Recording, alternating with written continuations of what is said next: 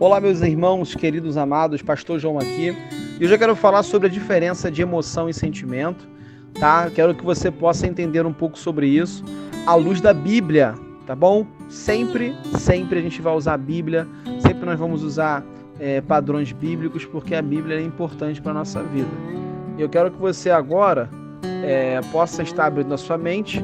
Peço também desde já que você possa compartilhar esse áudio com o máximo de pessoas.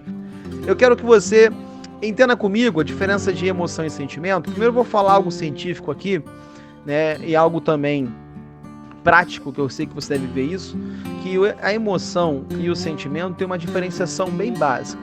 O que são emoções? Emoções são estímulos que nós recebemos de forma indireta, de forma involuntária, vamos dizer assim. Quando nós ouvimos um barulho, quando nós recebemos um estímulo, seja por qual for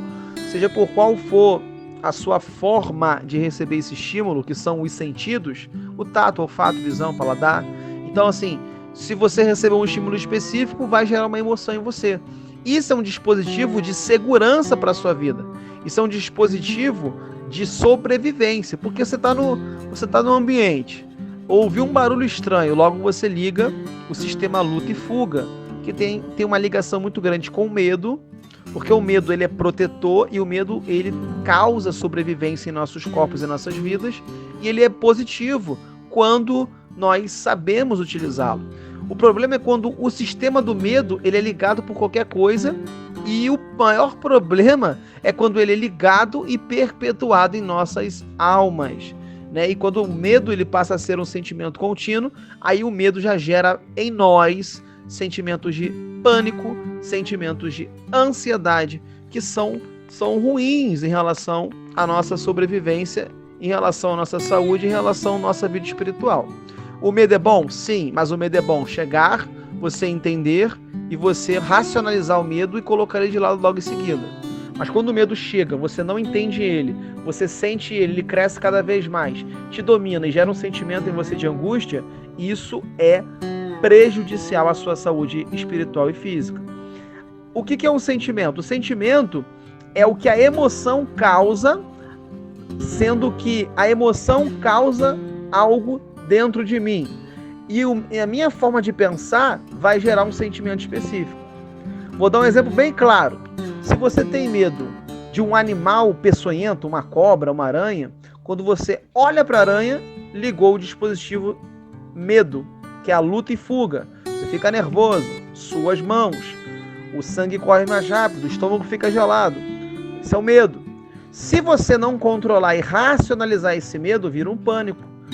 Vira algo assustador que vai te dominar e você, infelizmente, vai ser dominado por essa situação e vai gerar um sentimento na sua cabeça.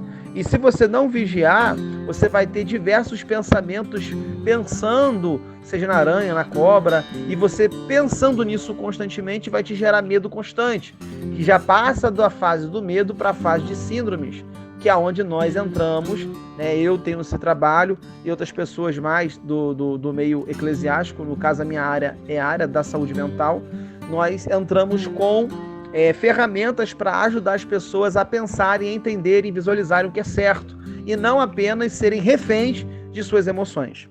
A Bíblia fala sobre isso bem claramente, ela diz em João capítulo 8, versículo 32, se nós conhecermos a verdade vai nos libertar. Isso quer dizer que a verdade ela nos tira de um cativeiro espiritual e também de um cativeiro emocional. E eu quero ler um texto com você que se encontra na carta aos Coríntios, 2 Coríntios capítulo 10. Eu vou ler um texto aqui para você entender como é poderoso as emoções, o lado espiritual e como isso age em sintonia. O mundo espiritual com o mundo emocional ele age em sintonia, tá? Olha o que diz aqui, 2 Coríntios 10, eu quero ler o versículo 3 e diante. Diz assim: porque andando na carne, não lutamos segundo a carne. Isso é Paulo falando com o povo de Corinto. Ele está dizendo assim, nós andamos na carne, mas nós não lutamos segundo a carne. Ou seja, eu estou na carne, no corpo. Carne aqui é bazar, corpo, né? Matéria, algo fisiológico. mas eu não posso lutar dessa forma, eu tenho que lutar como? Aí ele explica no versículo 4, porque as armas de nossa milícia, né, as nossas armas, elas não são carnais, elas não são físicas, ele está dizendo, mas sim poderosas em Deus, para a destruição das fortalezas. Olha o que Paulo está dizendo, as nossas armas não são materiais, mas são poderosas em Deus, ou seja, parte do mundo espiritual para o campo emocional e resvala no campo físico. No versículo 5 você vai entender. Ele diz assim no versículo 5: destruindo os conselhos e toda altivez que se levanta contra o conhecimento de Deus, e levando cativo todo o entendimento à obediência de Cristo. Olha que texto maravilhoso. Aqui diz claramente, destruindo os conselhos e toda altivez. Que conselhos são esses? Que conselhos são esses que a palavra poderosa de Deus destrói? São os conselhos que Satanás coloca na sua cabeça. Satanás, o diabo, ele vem oferecer para você manjares e ele vem te insinuar, te incitar, te direcionar, mas ele não pode te obrigar a nada. O diabo, ele não pode te forçar. Muitas pessoas não creem no diabo e falam que isso é um mito, que é uma mentira. Mas muito bem, vamos lá. Vamos supor que você não creia no diabo, mas existe uma voz que te leva para o lado negativo. E você pode dizer, mas sou eu que sou ruim. De fato, a Bíblia diz que nós não prestamos.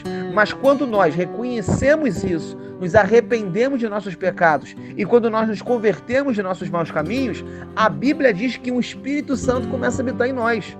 E a gente tem um poder que não é nosso, é um poder que emana de Deus e faz com que a gente possa, na nossa fraqueza, nos fortalecer em pensamentos positivos, em pensamentos de esperança, em atitudes de bons frutos, que é onde cita lá em Gálatas 5:22, que são os frutos, é o fruto do Espírito, que é a bondade, a misericórdia, a mansidão, a temperança, a fé, a alegria, o amor.